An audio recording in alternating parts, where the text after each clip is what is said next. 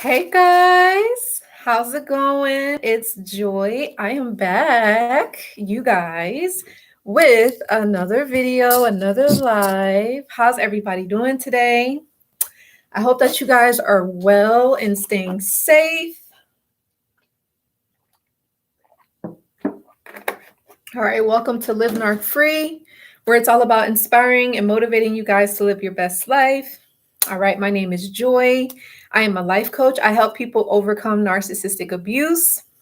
So, you guys, I have a really interesting topic, and please feel free, you guys, to leave your comments. Let me know what you think, and if you ever found yourself doing this, or you ever questioned yourself about this subject. But if this is you guys' first time tuning in, so I've been dealing with narcissistic abuse since 2010. I had a aunt that was a narcissist with whom I lived with for 5 years. I also had a male narc in whom I had a relationship with, a friendship, a connection. I was dealing with him for about 4 years. And then later on, I went on to meet a borderline, which thank God I only had a connection with him for 4 months. So it wasn't that bad, but I definitely did go through a lot with him. So yeah, and then after I met that borderline, I have been, coming on here on YouTube, helping people overcome narcissistic abuse, not only with my videos like this, but my courses, my support sessions, my coaching programs. So yeah, you guys, so pretty much, I want to talk about, should you forgive a narcissist, and did you forgive a narcissist? Now, me personally, I wouldn't say I hate the narcissist, but I think that what they did was pretty evil. So that's definitely one of the things that I would say. Now, in your case, if you want to know, should you forgive the narcissist? I say you should do it for your peace of mind, for you to be able to say, okay, this happened to me. It was an experience that hurt me deeply. You felt betrayed. You felt, shocked and depressed and heartbroken. And you felt like whoever you loved, they didn't love you. And so it was hurtful, right? And you just trying to find it in your heart and try to make things make sense, because you're like, well, I was with this person for all this amount of time. How could they do this to me? So me personally, I would say forgive for your peace of mind in the present moment. But now I know others, because of the things that the narcissist has done, people just say, yeah, I'm not going to forgive this person. I'm holding a grudge against this person for life. Now, here's my thing. I went no contact with my male narc in 2014, and I went no contact with my aunt narc in 2015. Now, neither of them ever said sorry. So like my aunt, only thing she said after I told her how I felt, she said, I'm sorry you feel that way. So you guys know that is not in no means an apology.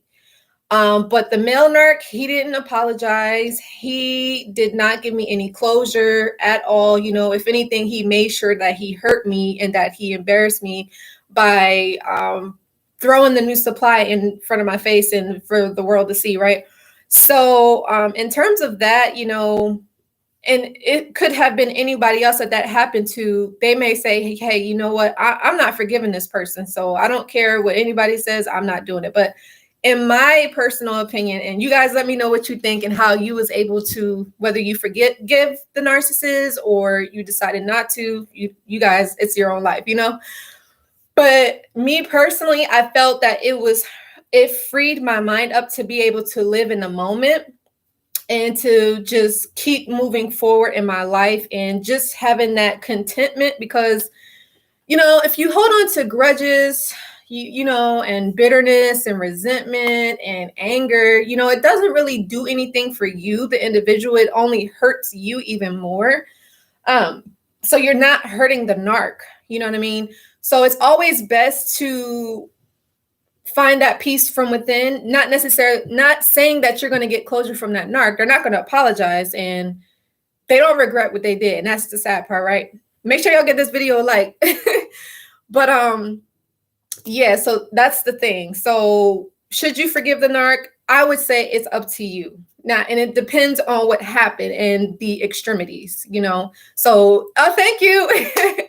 So, yeah, that's what I would say. Now, in terms of forgiving yourself, this is crucial because you have to realize that you're not perfect, that you will make mistakes and you will make some not so good decisions, but don't beat yourself up about it. I know I said this in the other video that I made, but like try not to take yourself too seriously, or try not to be so, like, how do I say, like a perfectionist, because again, we are spiritual beings having a human experience, and we will, you know, be around people or have connections with those that don't serve our highest good and that don't have our best interests at heart. But at the end of the day, you have to realize that, you know, it's okay, you know, and that you can learn from the situation and move on and move forward with your life. And,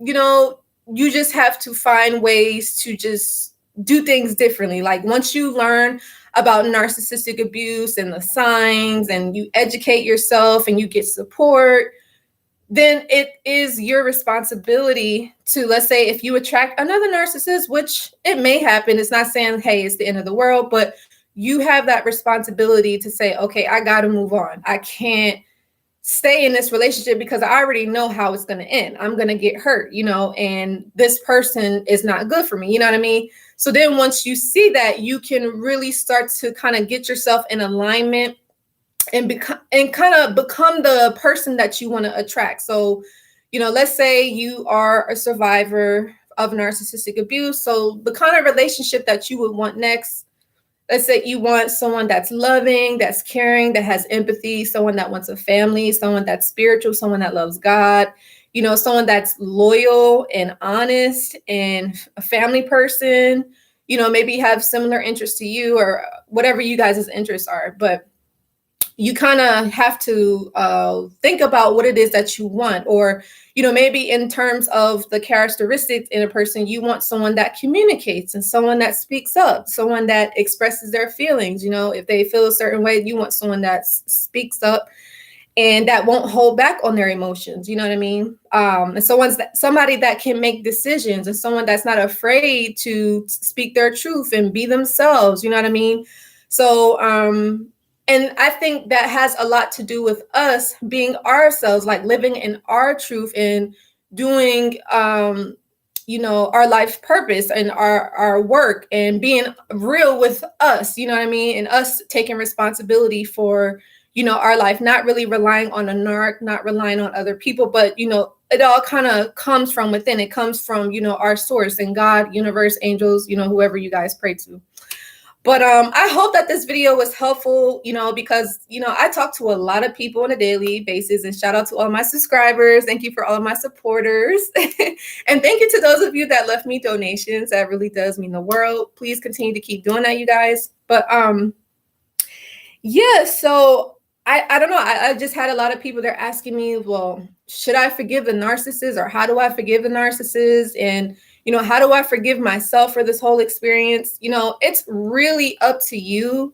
As I said, me personally, I chose to forgive all the narcs. Like my aunt, I chose to forgive her. I chose to forgive the male narc as well as the borderline, because again, at the end of the day, me holding on to that bitterness, me holding on to the past and what they did to me, it's not going to do any good for me. If anything, it's going to stop me from attracting a loving and a committed relationship with the next person. It's going to keep me in the past. It's not going to allow me to grow. It's not going to allow me to open up to the next person. You know, it's going to keep me stuck and heartbroken and alone. You know, it's going to keep me unhappy. It's going to keep me sad. And who wants to feel like that? You know, so you are doing yourself a disservice by holding on to the grudge. So definitely let it go.